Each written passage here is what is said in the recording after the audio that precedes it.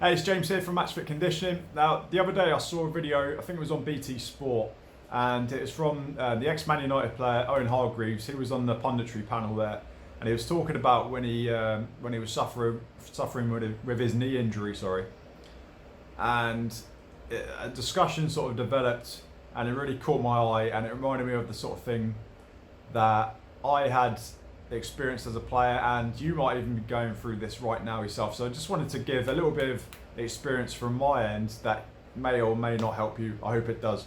So basically what it was, Owen Hargreaves was explaining that his knee was in so much pain, he kept trying to play on it, he could barely get it up and down the stairs in his own house anymore.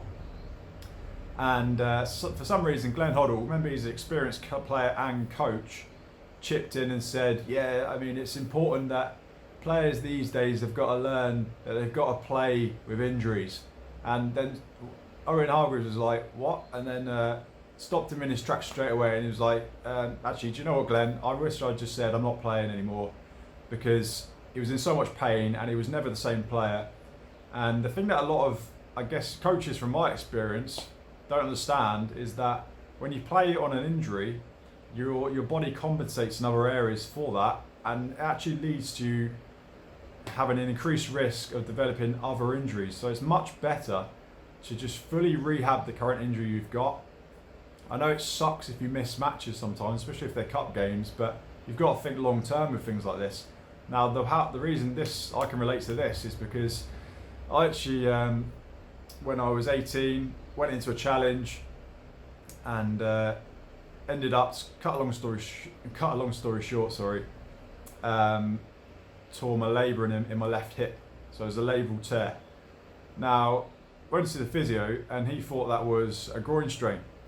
And pretty much what happened is every time it felt okay, I started trying to train again, the whole area would just swell up and be really painful. I could literally barely move. Like, there were times I could barely even walk, let alone jog. And what basically happened was this cycle of the coach saying, right, rest this week and we'll play you next week. So have the week off and then you can start the game. And every time I tried that and I lasted about 10 minutes and the whole area swelled up again, because at the time we didn't know it was a labral tear, and I was being sort of convinced and talked into, from a good place, I was being talked into starting these matches and playing when I knew I was injured. And when I was managing to play sort of more than 10 minutes, I wasn't myself at all. I couldn't even do side steps. So for a centre back, not really ideal, because your movements are multi-directional in any position. So if you can only move sort of forwards and backwards pain-free, you're just not going to be the same player. So this started a cycle of being convinced to play and then having to come off injured. Got so frustrating. Really started to actually not enjoy playing football because I wasn't myself. It was painful when I was playing. Not enjoyable at all. I felt like people didn't understand the situation that I was actually going through, and obviously I didn't know what the injury was at the time. Anyway, I went on to have an MRI scan, turned out to be a labral tear, and because I'd repeated this cycle for a good few months of trying to train, trying to play when this thing wasn't healed, I developed osteoarthritis and also had a hip impingement as well. And the doctor told me that my playing career was finished. I could never play football again. And that is all from listening to people who are trying to force me into playing when I had an injury and not giving it the rest and recovery time that it needed in order to recover from that. Now, I'm sure you don't want someone to tell you that your playing career is finished and you can never play again. And at the time, I was devastated because I thought we could just have a simple operation which could fix it. But it wasn't the case, because if you have an operation on your hip, it makes it less stable, less chance of you playing football. If you go into a tackle, it could damage the hip again. And you don't want to have hip replacements every sort of 10-15 years from an early age.